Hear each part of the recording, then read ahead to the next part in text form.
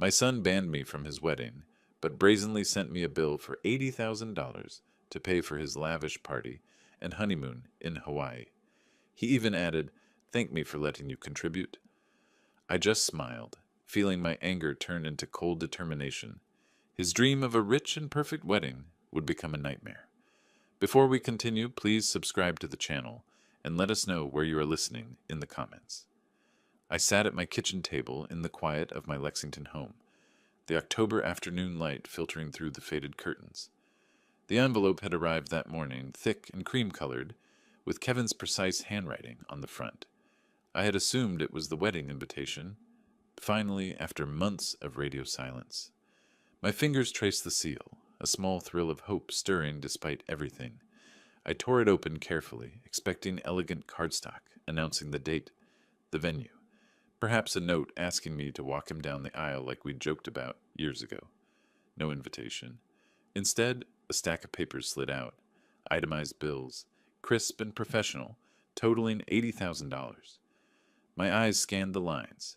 $50,000 for the mansion rental near Lexington, a sprawling estate with manicured gardens and crystal chandeliers. $20,000 for catering, including imported wines and lobster flown in from Maine. Another $10,000 for the honeymoon suite on Maui, complete with private beach access. And tucked at the bottom, a handwritten note from Kevin. "Dad, after the problems you've caused the family, be grateful that I allowed you to contribute. This covers your share. Send the check soon. Victoria and I are counting on it." I stared at the words, the paper cool and smooth under my fingertips. Problems? The problems he'd thrown in my face during our last argument, blaming me for not climbing higher in my engineering career, for the modest life we'd led after your mother's death. My hand trembled slightly as I set the note down, the itemized costs blurring for a moment. Nearby, on the table, sat a framed photo of young Kevin, gap-toothed and grinning from a Little League game, his tiny hand in mine. How had that boy turned into this man, demanding money like I was an ATM, banning me from his wedding because I didn't fit his polished image? Shock hit first, a cold wave that made my chest tighten. I crumpled the note in my fist, the paper crackling like dry leaves, but then I smoothed it out again, laying it flat. No, I wouldn't let anger consume me blindly. I pushed back from the table, standing up slowly, my knees protesting the movement. The kitchen felt smaller, the walls closing in with memories of family dinners long gone. I walked to the sink, splashing water on my face, but it didn't wash away the sting. Kevin thought he could erase me from his life while dipping into my savings, the nest egg I'd built through years of overtime, scrimping after losing Elena to cancer in 2015. He'd called me once after her funeral, voice clipped. "You should have done more, Dad, for all of us." I returned to the table, picking up an old pocket watch, a family heirloom from my father, its chain worn from generations of hard work. It ticked steadily in my palm, a reminder of bonds that should endure. But Kevin had severed ours, hadn't he? Banning me because Victoria whispered that a simple pensioner would embarrass their tech executive crowd. I smiled then, a slow, bitter curve of my lips, as the hurt twisted into something sharper, resolve. I set the bill aside, folding it neatly, and felt a spark ignite deep inside, a plan beginning to form in the shadows of my mind. I glanced at the bill again, its numbers mocking me. The anger slowly ebbed, giving way to cold clarity. If Kevin thought he could manipulate me, he was mistaken. I knew a direct confrontation would get me nowhere. He'd dismiss me, as always. But I could gather information, find cracks in their perfect plan. My old laptop sat on the kitchen counter, dusty but ready. Time to find out what they were really up to. That spark lingered as I glanced at the photo again, picking it up this time. Kevin's young face stared back, innocent and full of promise, from a day at Jacobson Park when he was 8. He'd climbed onto my lap during a sudden thunderstorm, burying his head in my shoulder while rain pelted the car windows. "Don't worry, Dad," he'd said, his voice muffled. "You're the strongest." I'd held him close, promising to always protect him, just as Elena watched us with that warm smile of hers. I paced the kitchen now, the floorboards creaking under my steps, the scent of stale coffee from my morning mug hanging in the air. Those memories flooded in unbidden, weekends teaching him to swing a bat at the local field, his laughter echoing as he rounded the bases. We'd been unbreakable then, a trio against the world. But after Elena's death, everything shifted. Kevin was 25, already climbing the corporate ladder in tech, and he started pulling away. "You let her down, Dad," he'd accused one night over the phone in 2016, his voice laced with resentment. "If you'd made more money, maybe the treatments could have been better." I'd swallowed the pain, reminding him of the insurance battles, the second mortgage I'd taken to cover her care, but he didn't listen. He saw only my failures, the modest house, the reliable but unglamorous job. Last Christmas had sealed it.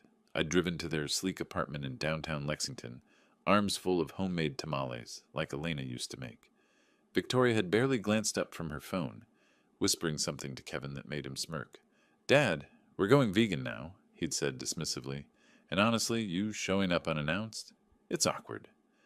I'd left early, the drive home a blur of streetlights, feeling like a relic in their shiny world. Now this bill, it was the final insult, demanding I fund their extravagance while they shoved me aside. My fists clenched at my sides as I stopped by the window, watching leaves skitter across the yard. The anger built, a steady burn replacing the nostalgia.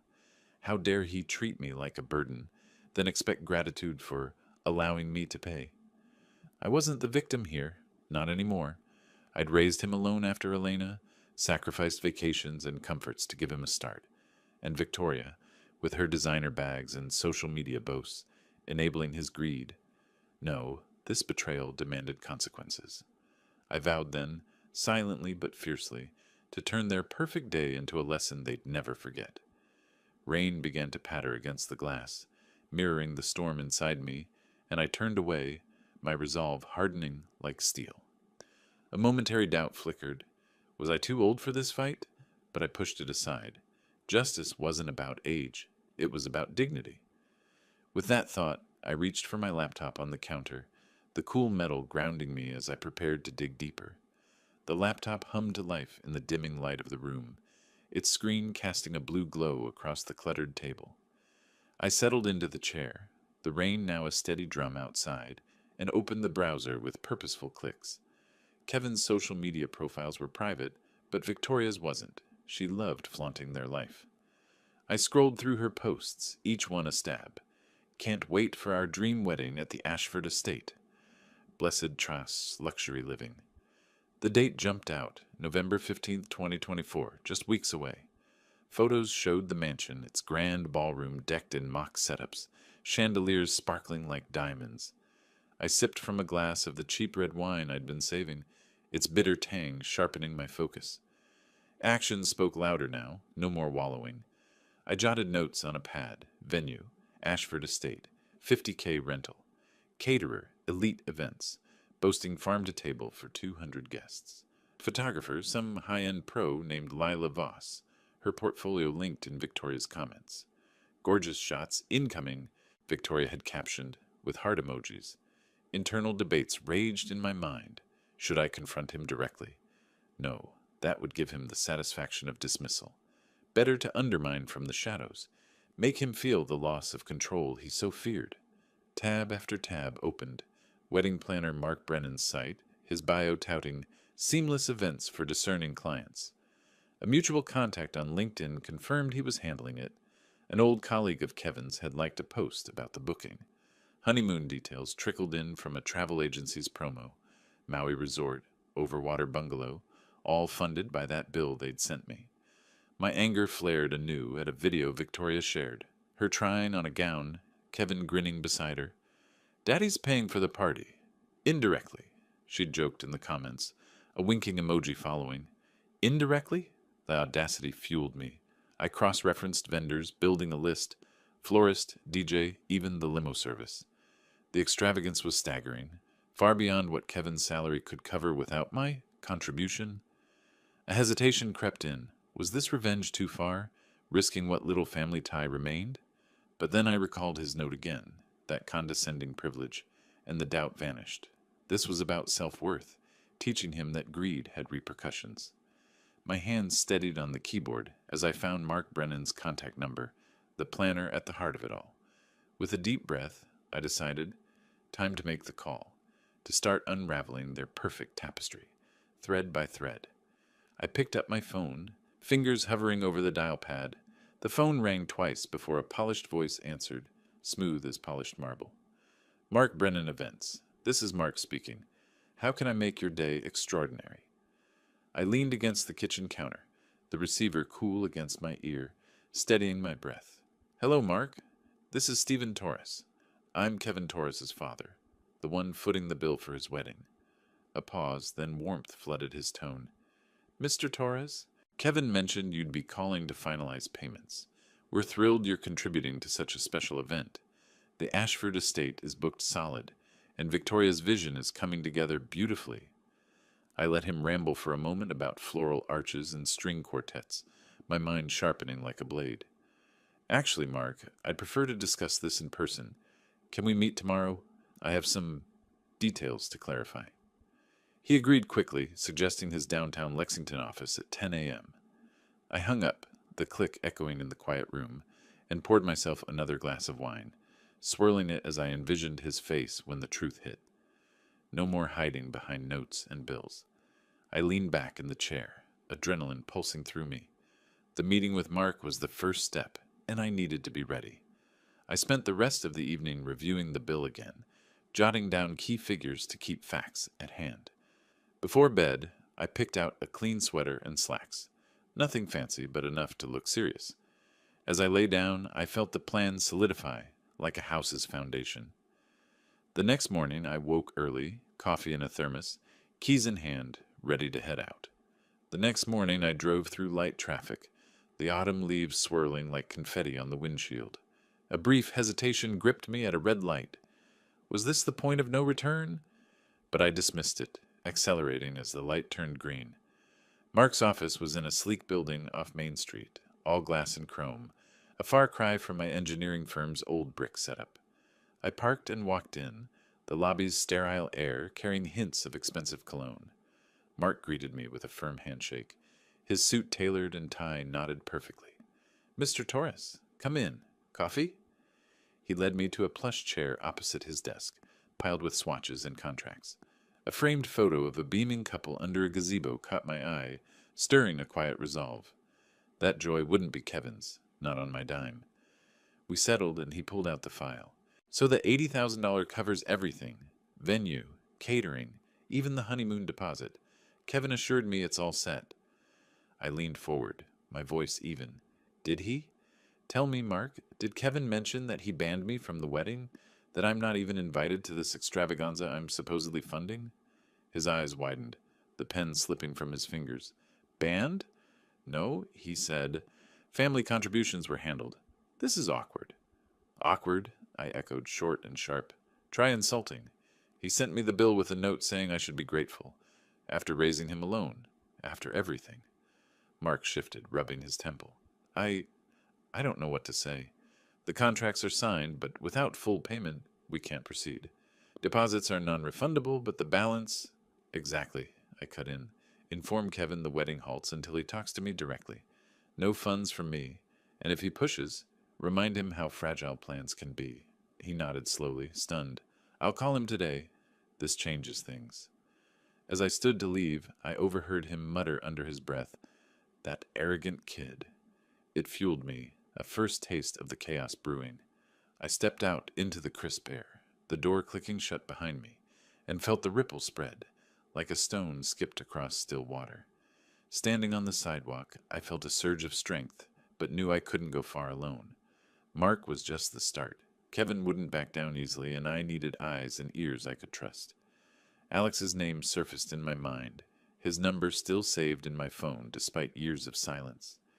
He knew Kevin better than most, and his new work as a detective could be useful. Sliding into the car, I took a deep breath, feeling the plan take shape, and started scrolling through contacts. In the car, I checked my phone. No missed calls yet, but the silence wouldn't last. As I merged onto the highway back toward home, my thoughts drifted to allies.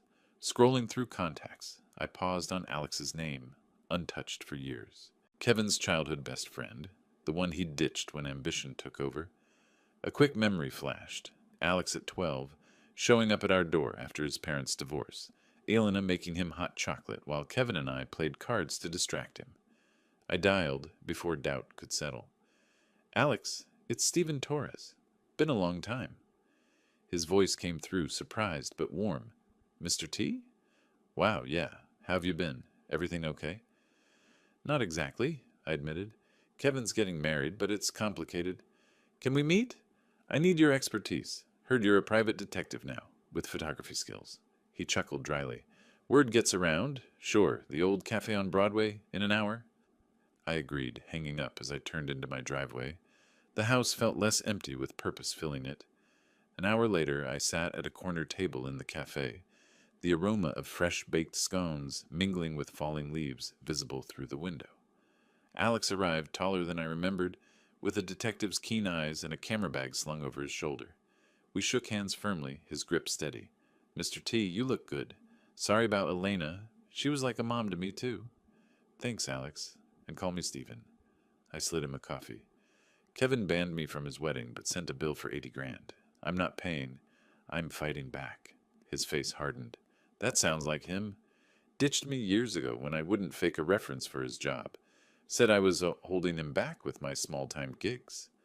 I nodded, probing gently. Heard stories like that. Exploited others for his climb. Oh yeah, Alex said, leaning in, his tone laced with old hurt. In college, he borrowed my project ideas. Claimed them as his. When I called him out, he ghosted me. Victoria's the same. All about the image. We planned over refills. He'd document the wedding from outside. Capture any fallout with photos and video, ready for public leverage if needed. A mutual acquaintance waved from the counter. Old Mrs. Jenkins from the neighborhood, stirring a laugh. Remember when you and Kevin pranked her with fake snow in July? Alex grinned, but it faded. Those days are gone. He changed. Mine too, I replied. But this alliance? It's real. We parted with a handshake, ideas swirling in my head like the steam from our cups. What if we need more? Recordings? Logs? I asked, the question hanging as he nodded thoughtfully. Come by my place tonight, I suggested. Bring what you've got, and let's start prepping for real. Alex grinned, his eyes sparkling with enthusiasm. Deal, Stephen. I'll be there at 8. That question echoed as I drove home, rain starting to patter again on the roof. By evening, I had texted Alex to come over, unable to wait. He arrived at my door, toolkit in hand, the downpour turning the porch light into a hazy glow. Ready to level up, he said, stepping inside, shaking off his coat. We moved to the living room, where I cleared space on the coffee table. Dim lamps cast long shadows across the faded rugs, and I handed him a mug of hot coffee, its steam curling like a promise. Show me how to protect myself. Recordings, cameras, the works. Alex unpacked gadgets. A small recorder, hidden cams, even apps for call logs. First, legal basics, he explained, his voice steady and instructional. In Kentucky, one-party consent for recordings. Hit this button, mid-call. I practiced on a mock setup, his demo exposing tactics Kevin might use. Gaslighting, deflection. Like when he blamed you for his mom's treatments not working, Alex said softly. I remember you selling your car to pay bills. He ignored that. The words hit hard, pulling a memory. Elna in the hospital, her hand weak in mine. Kevin storming out after accusing me of not fighting harder. I shared it briefly, voice catching. She deserved better from all of us. You gave everything, Alex replied, his intonation gentle yet firm. I owe you. After my folks split, you let me crash here, tutored me in math. Kevin laughed it off, called me weak. We toasted quietly with our mugs, to justice, not revenge. He walked me through camera placement. Angle it here for the door, catch his faces clear. I tested one, the feed crisp on my phone, a surge of strength rising as the image stabilized. But as the device hummed, a new thought intruded. What if Kevin called tonight, sensing the shift? Kevin didn't call that night, but I knew the silence wouldn't last. The next day passed intense anticipation. I checked my phone, tested the cameras, took a walk around the block to calm my nerves.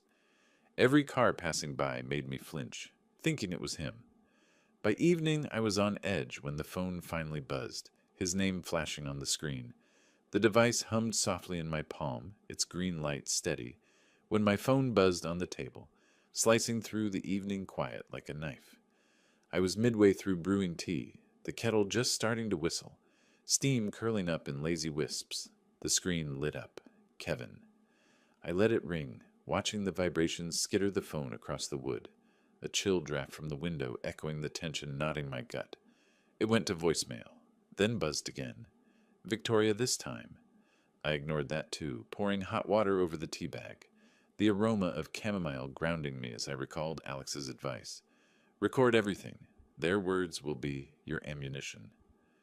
A few days had passed since our session, filled with quiet preparations, installing apps, testing angles in the house, even a walk around the neighborhood to clear my head.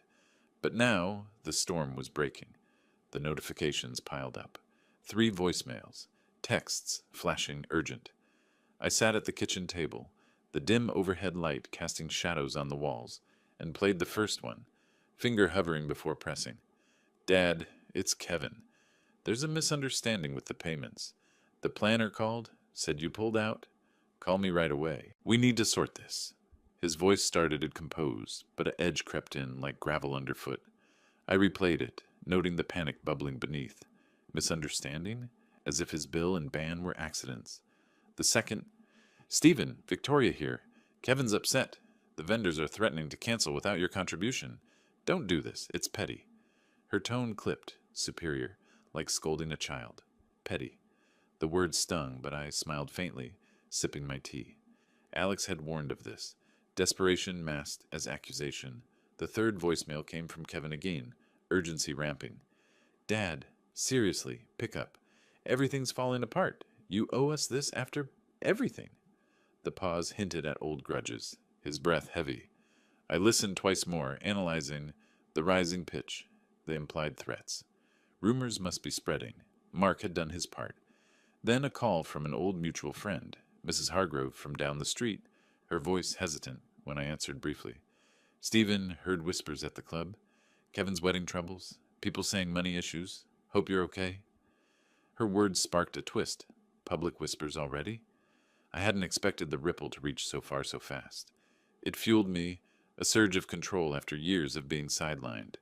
But as I set the phone down, another voicemail pinged in, Kevin's voice cracking this time.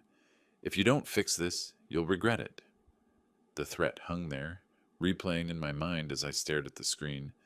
That threat echoed as the phone rang again the next evening, insistent like a heartbeat, in the living room where I paced, the recorder app open and ready. I gripped the device tightly, letting it ring 4 times before answering, a deliberate pause to unsettle him. Hello, Kevin? Dad, finally. What the hell is going on? Mark says you refuse to pay.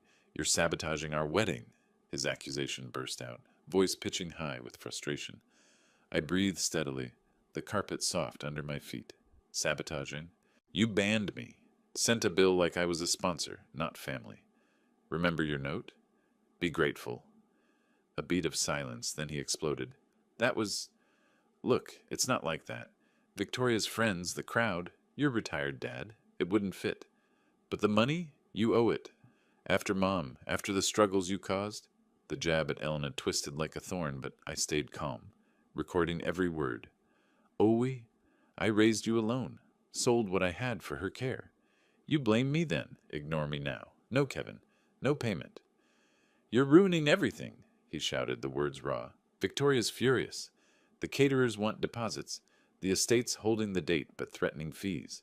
Fix it. I paused, drawing strength from the pocket watch on the side table, its tick a reminder of enduring dignity. Fix what you broke. Talk to me like a son, not a banker. Then Victoria's voice cut in. Speakerphone, I realized. Stephen, this is ridiculous. We're building a life. Your pettiness could cancel it all. Think of the embarrassment.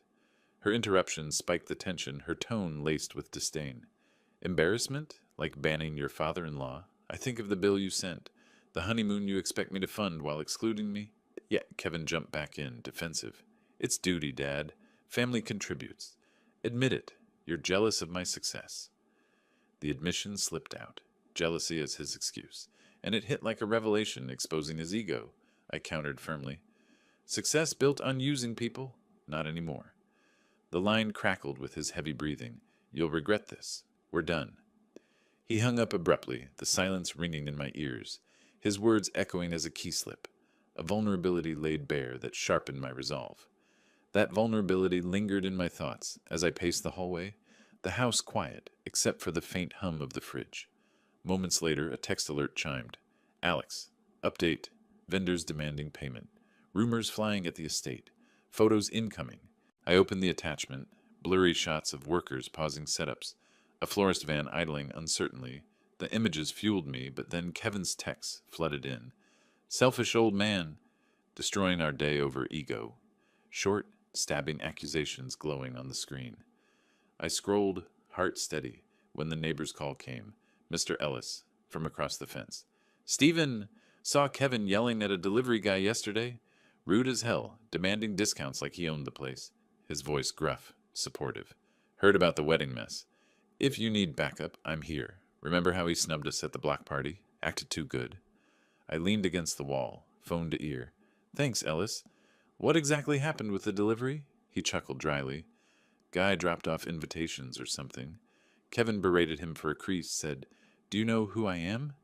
Victoria just watched. Folks are talking. Vendors pulling out. The anecdote painted Kevin's arrogance vivid, a snub echoing his treatment of me. Appreciate the intel. Keeps me going. No problem, Ellis replied, warm. You've got community here. He doesn't. We hung up, and I texted Alex back. More from neighbor. Kevin's alienating everyone. His reply, perfect. Escalation incoming. Preps faltering. But as I set the phone down, a new text from an unknown number popped up. Perhaps a vendor, hinting at deeper trouble. Mr. Torres, wedding cancellation fees. The words trailed, spiking a fresh wave of urgency, as the ticking clock on the mantel seemed to count down to something inevitable. The gray light of dawn seeped through the curtains on November 15th, 2024, the wedding day, as rain began to patter against the window panes like impatient fingers. I'd woken early, the ticking clock from the night before still echoing in my ears, a reminder of the urgency building over the past week. Those days had slipped by in a rhythm of quiet vigilance, monitoring updates from Alex, ignoring the escalating texts from Kevin, even taking long walks in the crisp Lexington air to steel my nerves against any wavering doubt. Now, as I checked the weather app on my phone, forecasts of steady downpours mirrored the storm I'd orchestrated, a symbolic deluge washing away pretenses. I brewed coffee, the rich scent filling the kitchen, and settled at the table with my device ready. Alex's first text came at 7 a.m.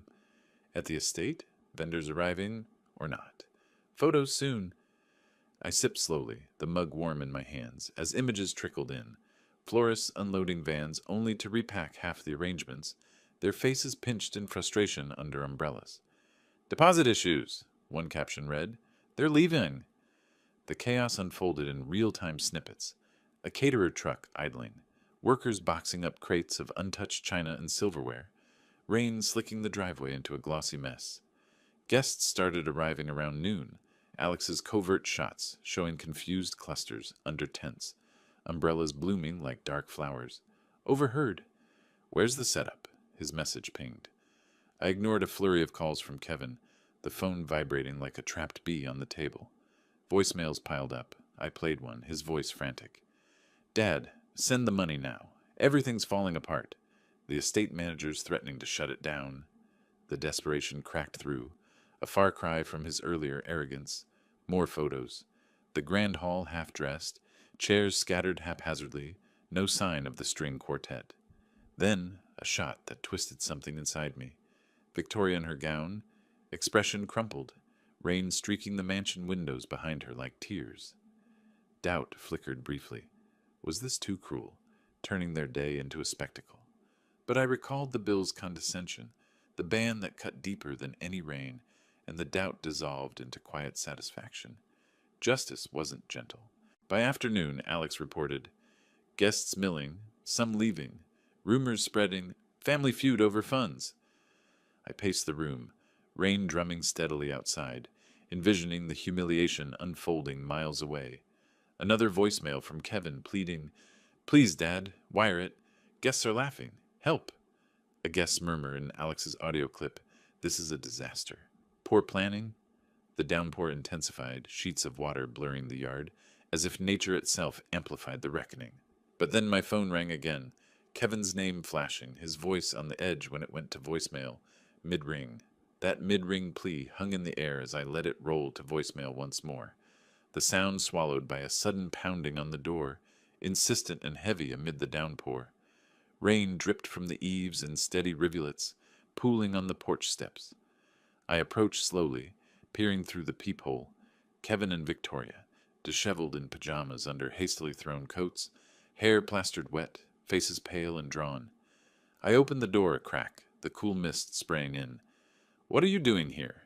Kevin pushed forward, water dripping from his sleeves onto the entry rug, forming a small puddle like an unwelcome intrusion. "Dad, let us in. The wedding's ruined. Vendors left, guests scattered in the rain. It's a joke now." Victoria huddled behind him, her makeup smudged, gown peeking absurdly from under her coat. "Stephen, please. Wire the money. We can salvage something." I stepped aside reluctantly, closing the door against the wind.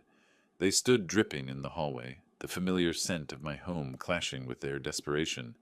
"Salvage?" After banning me, demanding I pay like a silent partner.